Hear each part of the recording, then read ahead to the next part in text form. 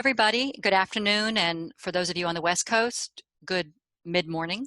My name is Dawn Wilson, and I'm Director of the National Adoption Competency Mental Health Training Initiative, and also the National Training Institute at CASE, the Center for Adoption Support and Education. And joining me is Lisa Maynard, Implementation Specialist with the National Adoption Competency Mental Health Training Initiative. And you can advance, Lisa.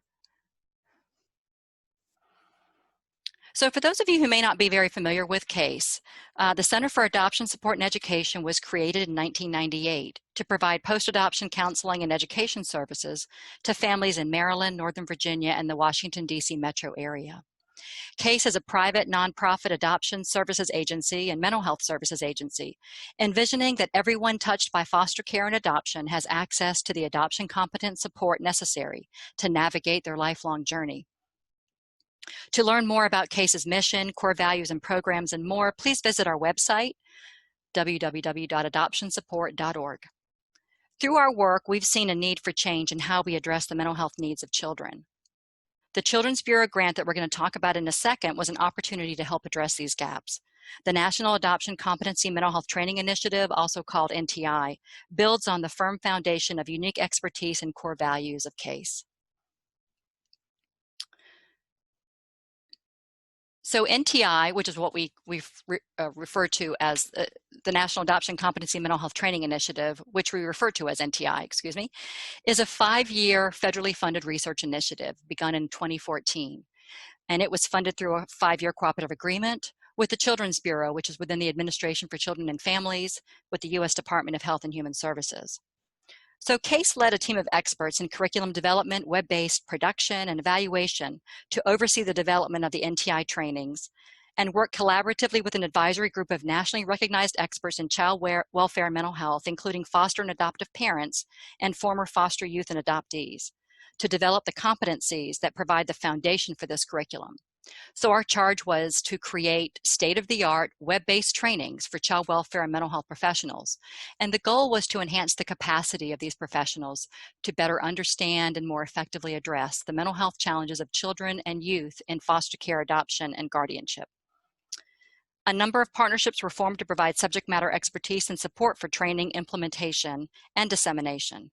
For more information on NTI's National Advisory Group, please visit our NTI webpage, which is at adoptionsupport.org/NTI. So studies show that training alone does not change behavior or result in the ongoing use of new skills. When staff are coached to use newly learned skills in their daily work, the result is changed behavior that can be sustained. So what we're going to talk about today is provide you a brief overview of the NTI web-based training that we developed, and then give you an overview of one of the tools that we developed, which is a Supervisor Coaching and Activity Guide. And the focus of this guide really is to help support supervisors to support their staff to use the skills they learn in the training in their everyday practice. We're also going to talk about an understanding of the role of coaching and increasing staff competency, enhanced outcomes for children and families, and improving staff retention.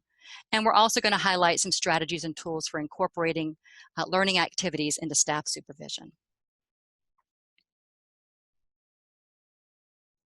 So I'll turn it over to Lisa now. Yep, I have to unmute.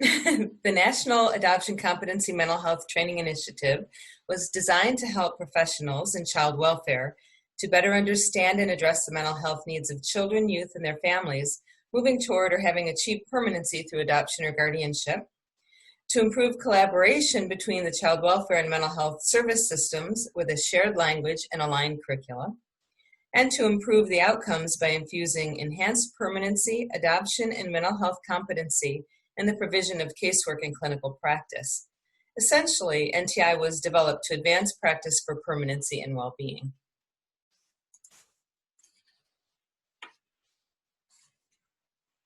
Through NTI's web-based trainings, CASE supports a common core of mental health and adoption learning to enhance the ability of child welfare and mental health professionals to speak that shared language, to collaborate to better serve adopted children and their forever families. We have worked to support this collaboration between child welfare and mental health to improve permanency outcomes and the health and well-being of adoptive and guardianship families. I want to point out that there are training for child welfare supervisors runs 25 hours and includes a lesson in each module that provides tips and tools, concrete examples, role plays, scenarios, and conversation starters for supporting the transfer of learning and supervision.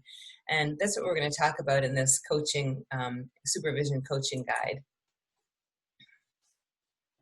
NTI consists of two curriculum, one for child welfare and one for mental health. And as I mentioned, the supervisor's guide, the supervisor curriculum is an additional 5 hours. So the two curriculum are very well aligned and very complementary. The mental health curriculum includes 2 additional modules focusing on clinical practice. So the mental health curriculum is 30 hours. Today we're going to be focusing on the child welfare curriculum. But if you are a mental health provider, a lot of the activities in our Supervisor Coaching and Activity Guide can apply to your practice as well. NTI gives mental health and child welfare professionals the skills, tools, and knowledge they need to provide competent mental health services to children, youth, and families. And we're going to talk about some of those tools today. So this is not a surprise to anybody who is in a supervisory role. Being a supervisor is hard work. Supervisors are tasked with fulfilling mandates and assuring compliance within timeframes, program outcomes, managing crises, supporting staff through really difficult situations, and a lot of the heartbreaking work of child welfare. There are many challenges to supervision: large caseloads, multi-problem families, bureaucratic policies, high staff turnover, burnout or desensitized staff, and initiative overload. You certainly don't need more to do, but you might be able to benefit from a confidence that your staff are using the skills and tools and doing the work that can make a difference for children and families. As Don mentioned earlier, training alone does not change behavior. Studies show that training, after completing training, workers might incorporate some new skills, or more typically, they go back to using the same old familiar skills that they've always used. However, when staff are coached to use the newly learned skills in their daily work, the result is changed behavior that can be sustained over time. As supervisors, you have the opportunity to coach and support your team members in the application of new skills, tools, and resources that they can learn throughout the NTI training. We believe that staff who have the right skills and tools and who are coached in best practice and have the increased competency will develop a renewed belief that they can positively impact children and families they serve. This in turn leads to increased worker satisfaction, feelings of accomplishment, staff retention, which ultimately will make your job as a supervisor more efficient and more effective.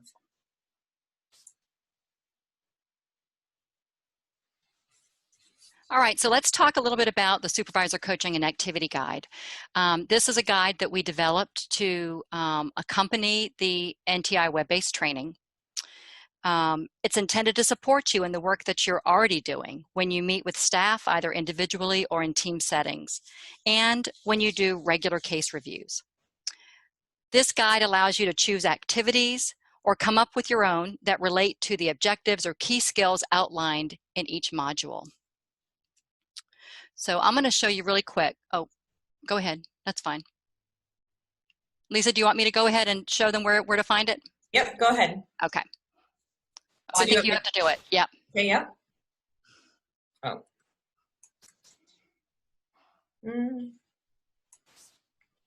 Is it not letting you? Yeah, Don, it's it not. May not. That's okay. We're going to show actually a screenshot in a minute of where you can find this. It is on our website for NTI. Okay, so you can go to the next slide. So if your workers have challenging cases, and quite frankly, who doesn't, right? We all have challenging cases that we're working with. You can choose activities that are specific to the topics that are addressed in our modules. So for instance, if your staff are working with a family and they're really struggling around attachment issues, you can choose to go to the module on attachment and choose activities that relate to specific skills that we've identified that your staff should learn from our training around supporting the promotion of attachment with families. Because drift from best practice happens, even in the best of circumstances, you can use these activities periodically with your staff to support continued use of the new skills in their daily practice. But this work shouldn't be done alone, so we would encourage you as a supervisor to partner with your supervisor colleagues as well to share how activities are being used and the results you all are getting. This support network will help reinforce your role as a coach for your staff. And also, in order for transfer of learning to really be sustained, coaching should be supported and encouraged by administration. Some agencies and systems have fully embraced coaching of staff, including field observations with feedback. Others have no structure in place for coaching. This is really not an all or nothing proposition, and taking small steps will move you and your staff in the right direction. So now we're going to show you a little bit of what the guide looks like for you. So we just pulled a page from Module 3, which is Promoting Secure Attachments, Relationships, and Experience Matter. And the way we've set up our guide is that we have identified 3 key skills from each module that we think that would be helpful for you to support your staff to use in practice. Now, the training itself may incorporate a number of other skills and strategies and tools, but because we're trying to make this manageable for you, we've designed this guide to focus on, in each module, 3 skills. It's different skills for every module, and we have set up activities by that key strategy or that key skill that you can use. So for instance, if you're struggling or you have staff who are struggling working with parents around promoting felt safety or attunement, we have specific activities around that key skill that you can do either individually or in team settings with your staff. Oh, the other thing I want to mention is that we piloted this training a couple years ago with about 6,000 child welfare workers and supervisors. And we got a lot of really good feedback from supervisors about the supervisor modules. And we took that feedback really seriously and went back and did a revision of our supervisor modules that really have sort of beefed up the content. And also, as I mentioned, instead of getting supervisors to try to figure out where to focus their energies, we've identified the 3 key skills in each of the modules that we really think you should pay the most attention to. So we also have, in the supervisory lessons, we've identified worker challenges that might come up in terms of their doing this kind of work around these skills, and then supervisor responses to those challenges. We've provided you with conversation starters and prompts that you can use with your workers and they can use with families. And we also provide examples of role plays around different issues that supervisors might have with staff. So we're really excited about the supervisory lessons, the additional lessons specifically for supervisors. So the way this guide works is that we identify activities, different kinds of activities that you can use, and these give you sort of an idea of the types of activities that you can choose from: team discussion, case review, role play, team activities, and application of skills with families and children. We'll look a little more closely at these activities and how they can be incorporated into supervision. So we're going to give you sort of an example of a team discussion. So you can use team discussion to explore all kinds of things, including personal biases of staff, challenges they may be experiencing in the field, or use of tools and how they're using tools in the field so they can share among themselves as a team. So we're going to give you an example of how you might use one particular activity in a team discussion. So let's say you're concerned about the fact that workers may have biases that impact the decisions they make on children and families, or the work that they're doing. You can use an activity that we provide a virtual format for in this training called How Diverse is Your Universe? And so this kind of gives you an idea of how you would use this tool in a team setting. Again, we provide a virtual version of this activity in the training itself. So you need plastic cup with different color beads. You assign beads to different races and ethnicities, and then you ask a series of questions that you want your staff to answer. So for instance, you might ask a series of questions that include: select a bead that most closely represents your race or ethnicity. Select a bead that most closely represents the race or ethnicity of your significant other. Select a bead that represents the race or ethnicity of your closest friend, or the people with whom you worship primarily, or the doctor that you see, etc. And obviously the point of this activity is for reflection, right? It's for folks to sort of think about their own experience. And so then we want you as a supervisor to ask some reflection questions. So what does your universe look like? Is it dominated by one race or ethnicity? If yes, how can you change that? Is that of concern to you? And then asking some questions like, why is it important to work with and live with a variety of people that are different from you? And then, of course, we want you to process it with staff. So you might want to ask questions like, what did you learn from this activity? And how do you think what you learned about yourself affects your perspective or the work that you do with children and families? And how might you use this new awareness in your work with children and families? So this is just one example of how you can use an activity from the training in a team discussion setting with your staff.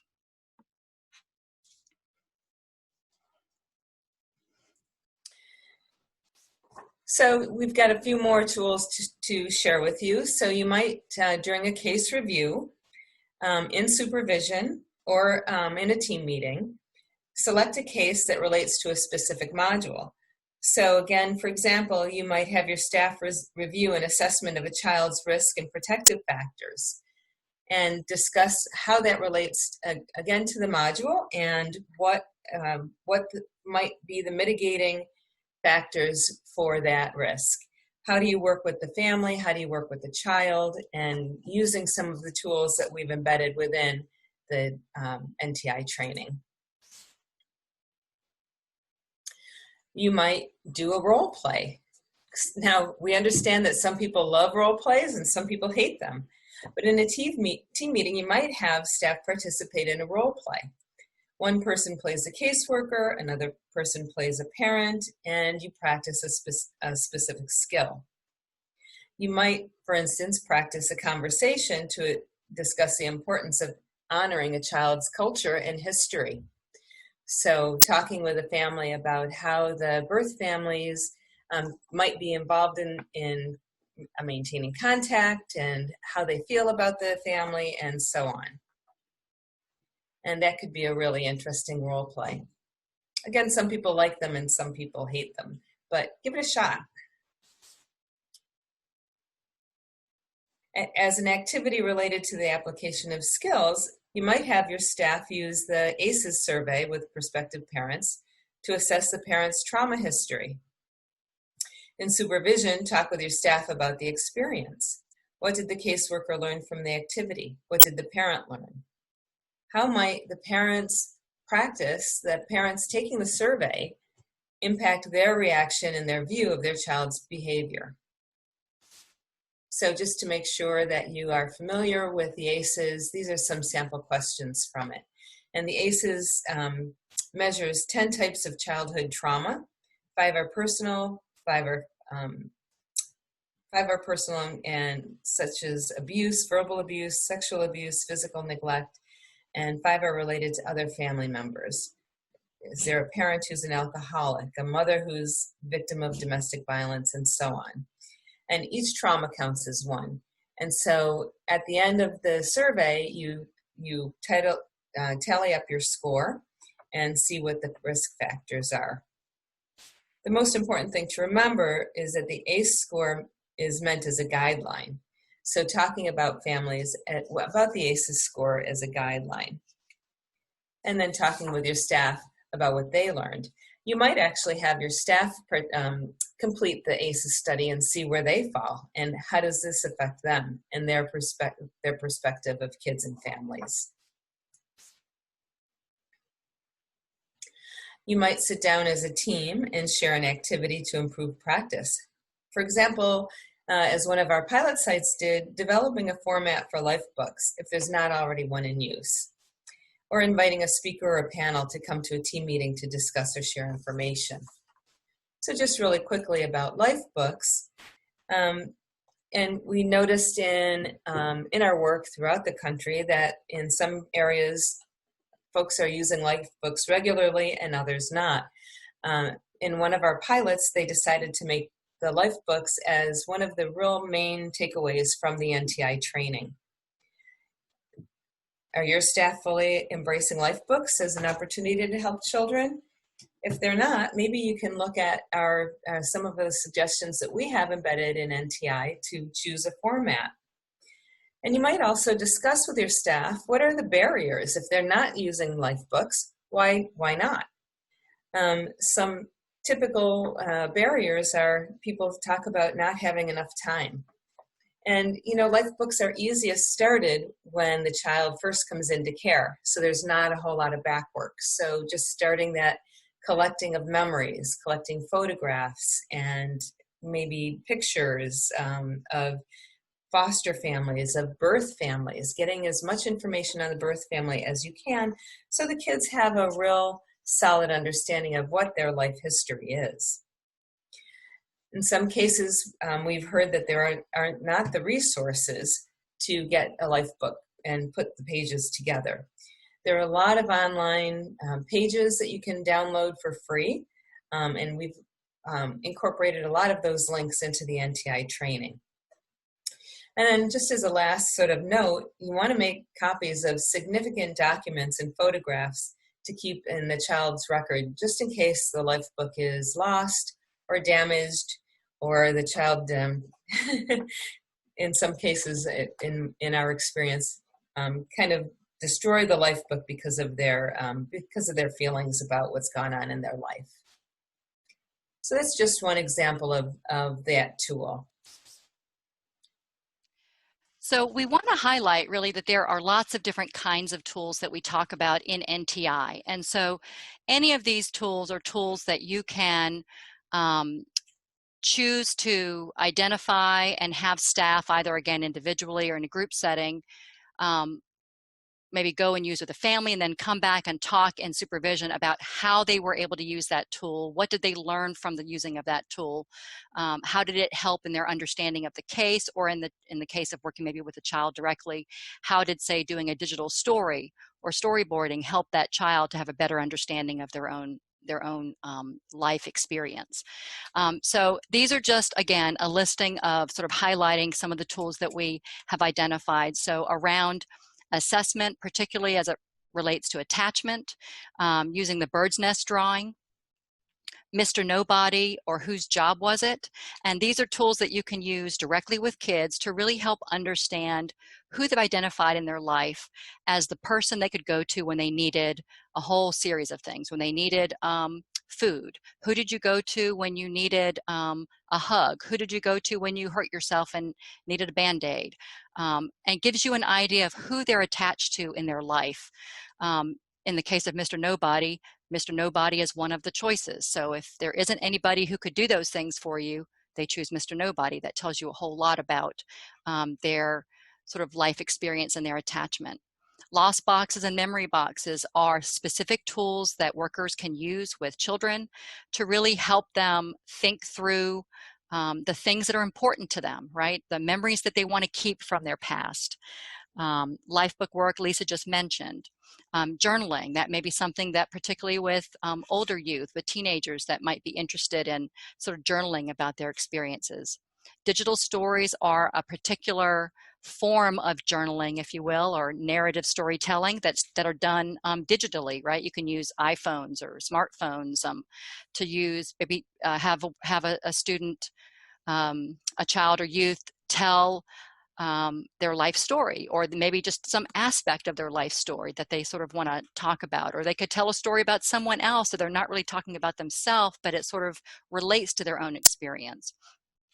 Storyboarding is another tool that we talk about in the training and provide a particular online resource that can help you develop storyboards with kids. So again, it's a way for them to tell a story about themselves, about some part of their life, or about even someone else if they don't want to make it too personal to themselves.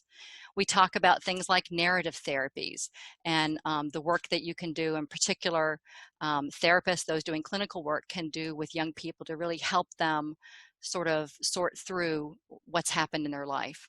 And then the other thing that we just do want to highlight is that we also provide a range of information on a number of different evidence-based practices that can support your work with children and families. And some of these are practices that child welfare workers can use, and some of them are very specific to mental health therapists. But we provide this information not because we're trying to train people in those specific evidence-based practices, but because we want you to be aware that there may be resources in the community that you want to sort of think about making part of your larger toolbox, if you will. So evidence-based practices that include things like ARC, or attachment regulation and competency, child-parent psychotherapy, dyadic developmental psychotherapy, TheraPlay, trauma-based relational intervention, and trauma-focused cognitive behavioral therapy are just some examples of the kinds of tools that we highlight in our training. And through the supervisory guide, we also highlight as tools that you can work with your staff to use in their practice. And we did have one question I noticed that asked, where can this guide be found? So on the next slide, if you go to our website, so that's www.adoptionsupport.org/NTI, and this will bring you up to basically this screen. And if you see, Lisa, can you kind of do your pointer around NTI training at the top? Okay. Once you go to the main page, you want to go to NTI trainings, and you'll have an option for child welfare or mental health. Choose child welfare, and under child welfare resources, whoops, go back, yeah. Under child welfare resources, you will see this listing under child welfare curriculum information, and one of them is the Supervisor Coaching and Activity Guide. It's also available under access options, under implementation resources. There's also the Supervisor Coaching and Activity Guide. It's the same guide, so we can just let people access it in a number of different ways. And it is available for you to use right now, and then we also want to make sure that it's available really for anybody who's a supervisor who is having staff take this NTI training. It's just a wonderful way for you to help coach your staff to use their skills in practice. And again, as Lisa has said, and I said earlier, training in and of itself is wonderful, but it's not enough. And so we want to help you do a good job of coaching your staff to use these skills. All right, next one. You'll find also on that webpage a whole number of other resources that might be helpful to you as well. This is a screenshot of our access for NTI web-based training for individuals, and you would find that under access options for training at the top of the page. There you go. There we go. Yeah, there you go. And so what we do, if you come to this page, if you're interested in enrolling in our training, if you haven't already enrolled, you would come to this page, and you can see the 3 links in green. There's one for the Child Welfare Professionals curriculum, and then there's one for the child welfare supervisors. And I want to be really clear, I'm sure Lisa said this earlier, but the training that supervisors take is the exact same training that professionals take. But then there's an additional lesson for each module that is specifically for supervisors to help their staff use those 3 key skills that were identified for each module in their daily practice. So that's why it's 25 hours instead of 20. And then if you're a mental health professional and you want to take the mental health training, there's a link for that one as well. And that allows you to access the NTI trainings free of charge on the learning management system that we partner with the University of Maryland Institute for Innovation and Implementation. They're our LMS partner. So you basically will go on, click on that link, you'll fill in login information, and then you will have access to the training And then the guide is also available in the training as well. So you can go to our website and get it, or you can get it when you're in the training as well. I also want to point out really quick before we leave this slide that under access options for training is also an option for organizations. So if you're affiliated with an organization or you're a leader in an organization that might be interested in bringing NTI to your organization, your system, so that your staff can have access to NTI from your own learning management system, then we have a way to get connected about that, and we have information about the different options for access that are available. So clearly your folks can access it on our learning management system, but we would suggest if you're a system and you really want to be able to have broad use of NTI for your staff, that you would then work with us. We would work with you. That's one of the things that Lisa does as an implementation specialist, is work with states and systems and organizations to help them integrate these training files into their own learning management system. So that is an option for systems as well. So we have created a national directory of NTI professionals. And when our mental health professionals complete the training, they can upload their certificate of completion to our website, and then will be listed as an NTI trained professional. This is a really great tool for child welfare professionals and supervisors to use when thinking about making referrals to a therapist in your area. We've got folks from all over the country who are NTI trained professionals, and currently have, gosh, I think almost 1,200 mental health professionals enrolled in the training across the country. Yeah. So a real good resource for your families. And I am going to put in the chat box really quick the address, the what do you call it? Link? Yeah, excuse me, the link to where to get these resources. So real quick, I'm going to do that.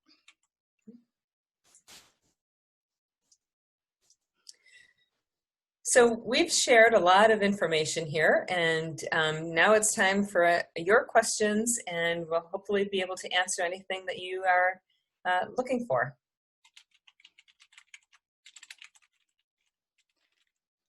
Lisa, I noticed one person asked a question. I once started the mental health training, and then due to life changes, had to stop. It was free. Is it possible to start over again? What do I need to do? Okay, great, thanks. So yeah, just go back into, I guess it would depend on when the person accessed the training, whether it was part of our pilot or not, but it currently is available free of charge on the Case LMS, and so you just go to those access options that Dawn pointed out a few moments ago.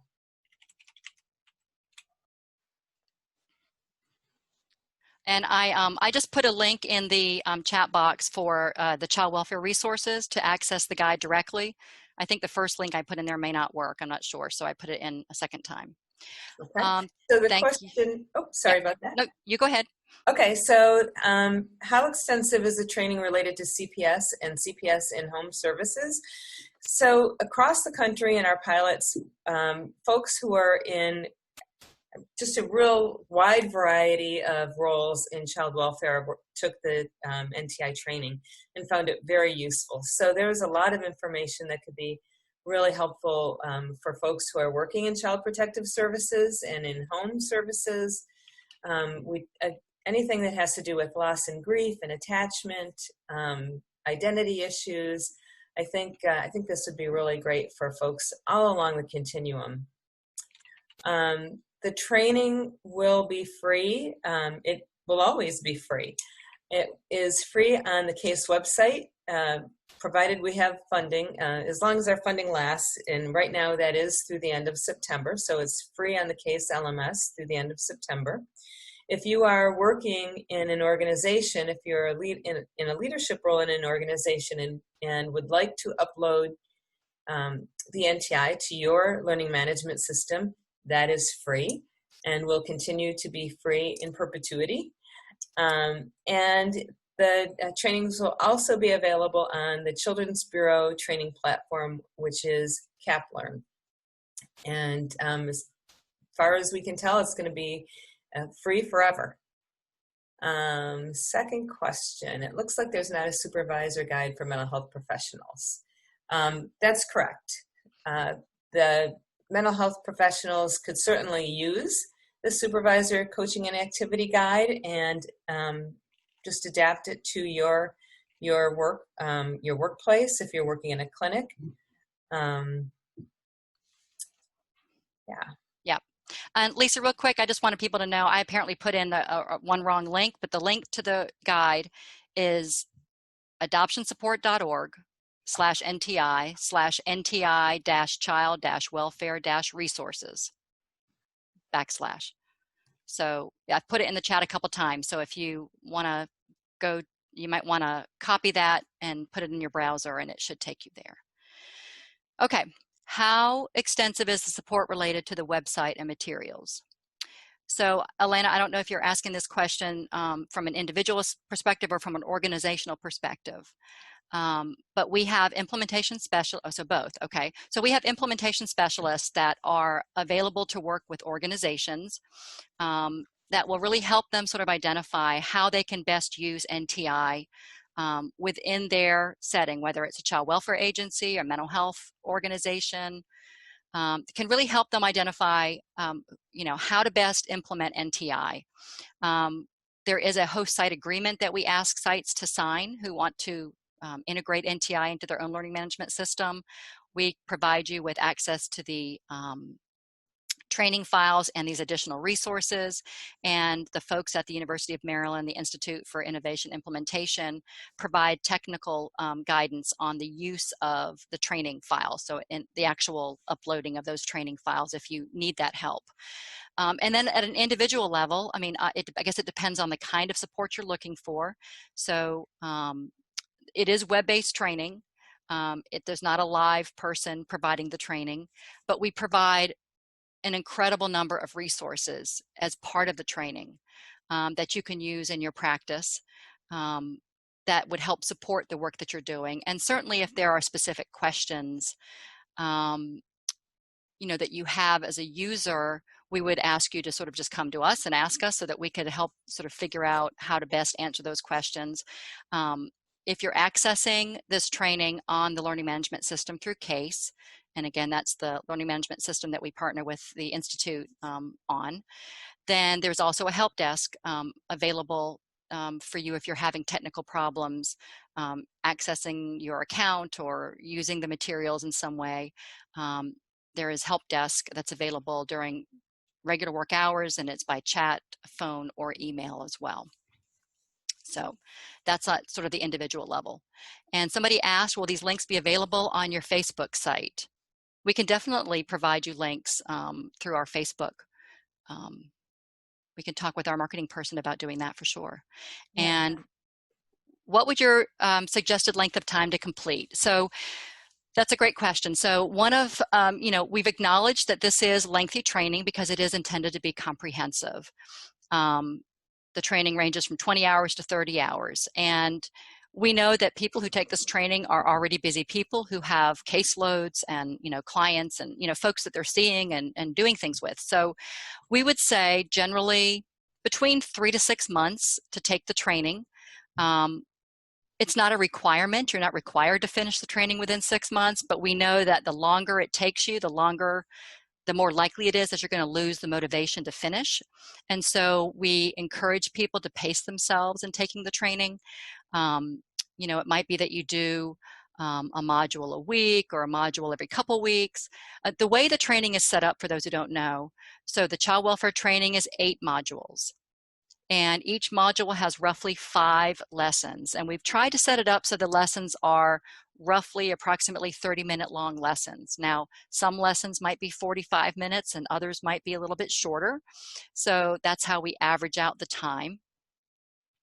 And so that way you don't have to allot a whole 4 hours in one sitting. You could do 30 to 45 minutes in a sitting and finish each lesson. In the mental health training, it's a 10 module. So there's 2 additional modules, as Lisa mentioned, that are very specific to assessment and treatment planning and therapeutic parenting challenges. Don, I'm going to interject here too that in our pilot, what we suggested was 4 months to complete. And again, we want to keep people on a pretty active pace, because if you decide you're going to take a year to complete it or not have an end date in mind, we tend not to, just typical adult learning behavior, we tend not to complete something that we start that's online and sort of out of sight, out of mind. We got another question. Will you be doing training around diversity, race, etc.? And what might we do as supervisors to work with our staff? So there is a module on race, diversity, built into NTI, and our supervisor activity guide does include some activities that are relevant to that. And as Don mentioned, our implementation specialists, I'm an implementation specialist, and we have other staff who do the work. We can assist you in sort of working through some of those coaching and supervisor issues if you're in need of a little extra support around that. We have one question, Lisa, that says, is it detrimental for a new staff member to do the training in 2 weeks once hired? Is that too fast in your opinion? Well, I don't think so. I think it's a great way to do onboarding. And in fact, in some of our pilot sites, NTI was required as a part of the onboarding process. So if you've got staff that you're bringing on and they don't have anything else to do, certainly have them do the NTI. Yeah, I will say this. We had a number of undergraduate and graduate students take the NTI training in order to graduate. Because of COVID-19, they weren't able to complete their field placements, and so they were given the ability to take this training as one of the options in order to graduate. And we heard back from students that this was, even though they weren't necessarily even in the field yet, this really, they felt like, gave them a perspective that they would never have had, because it's not information that you get in the formal education and training for their BSW or MSW programs.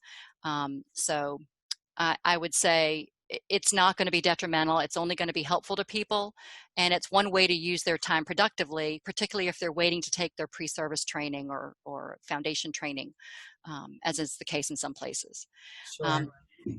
Yeah, and so in regard to the race and diversity issue, we do have a webinar that we will be presenting on August the 6th through AEA, and we'll make that information available as well.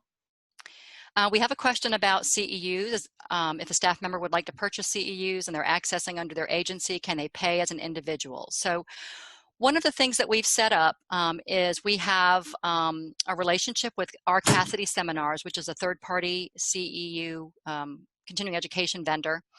And we make the links available. So if your system is integrating NTI, they can provide to you at the completion of the training a link to our Cassidy Seminars where you can purchase CEUs for a number of different disciplines. APA, social work, there's a whole bunch of different ones for $40. And that's $40 for all of the hours, not $40 per hour. So $40 for the entire training, continuing education credits. The same thing is true even if you're taking it through our learning management system. We provide you with NASW approved continuing education credits free of charge. But if for some reason your field or your licensing board doesn't accept NASW, you also have the ability to purchase purchase CEUs through that our Cassidy Seminars as well as an option. And where do you sign up for Looking On website? If you go to www.adoptionsupport.org/NTI, and then one of the tabs at the top is NTI Training.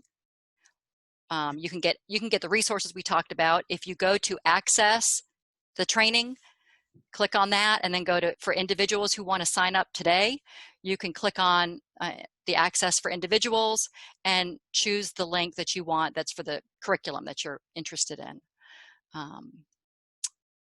Other questions? I'm gonna just jump in here too and say that there's just such a wealth of resources on our website. So not only can you get to the Supervisor Coaching and Activity Guide, but we have communication tools. There are demos of our training. If you haven't already seen them, take a look at the demos. You'll be able to see an example of the Lisa, I think we just lost you, or I did. Yeah, Lisa, it looks like your audio cut. Can you hear me, Gary? Yes. Yep. Okay. I think we had this question, and I think Lisa might have answered it, but I'm not sure. So if you're on this webinar and you took the NTI training when it was in pilot, you can. I mean, you don't have to take it again. You can choose to take it again if you need CEUs now. And for whatever reason you didn't need them then, you can take the training again and then certainly be issued the CEUs. So we're not going to exclude you from taking it again. So yeah, that's certainly an option for you. And Gary, are you still there? Yeah, I'm still here. Oh, okay. I think we just lost the PowerPoint, so I just wanted to make sure. So I hope, let me just double check and make sure there's no more questions.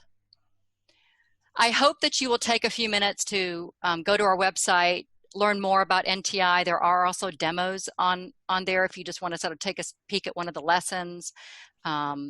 Take a look at this Supervisor Coaching and Activity Guide. I really think that it can help you to support your staff to use these skills in practice. And Lisa said early on in this training, you know, that we're really focused on system change.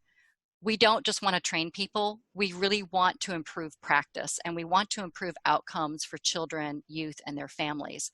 And the best way for that to happen is for your staff to take this NTI training, for you as a supervisor to take it, and then for you to use the coaching and supervision activity guide so that you can support your staff to apply what they've learned with their children and families.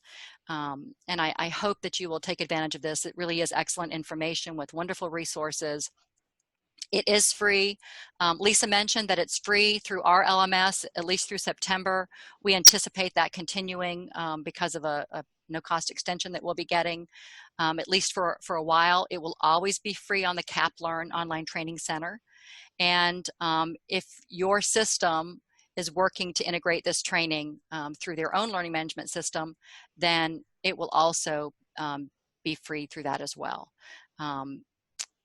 We're just really thrilled that the federal government saw the need for making adoption competency training available for both child welfare and mental health professionals. And it looks like Lisa is having a thunderstorm, so you know, that's the Mother Nature. All right, so if there aren't any other questions, oh, we got a question on the Facebook page. And I think it was on the slide, but I do know if you go to our website, there should be a connection to Facebook. I think it was Stephanie that asked that. Hold on one second. I just pulled it off your website. Oh, did you? And okay. It's in the chat box now. Yay, it's in the chat box. All right, so thank you, Gary. You provided a link to our Facebook. You provided a link to the Child Welfare Resources page. And that should provide folks with what they need to access. And then once you're in our website, if you just go to the tab that says Access to NTI Training, you can access as an individual, or you can get back in touch with us if you're interested in integrating this training. We would love to work with you in your system, whether you're a child welfare system in a state, whether you're in a county, a large organization that works with a large number of people across a state or across the country. We're working with a number of different partners to make this training available. So we're working with the Alliance for Strong Families and Communities, the Adoption Exchange Association, Bethany Christian Services are all private entities that will make this training available. Also through the Dave Thomas Foundation for Adoption for their Wendy's Wonderful Kids recruiters. And then we're working with right now about 12 state systems to make this training available. And we hope to keep adding states as well. So if you go to our website and you are looking for information about whether or not NTI is available in your state through a learning management system, on that access page, there's also information that you can click on to find out if there's a host site in your state as well. So that's available. All right, so I don't think we have any more questions. And I want to thank all of you for joining us this afternoon. And thank you for taking the time. And we hope that you enjoy NTI training and enjoy the resources that we talked about. I look forward to working with you in the future. So thank you, everybody.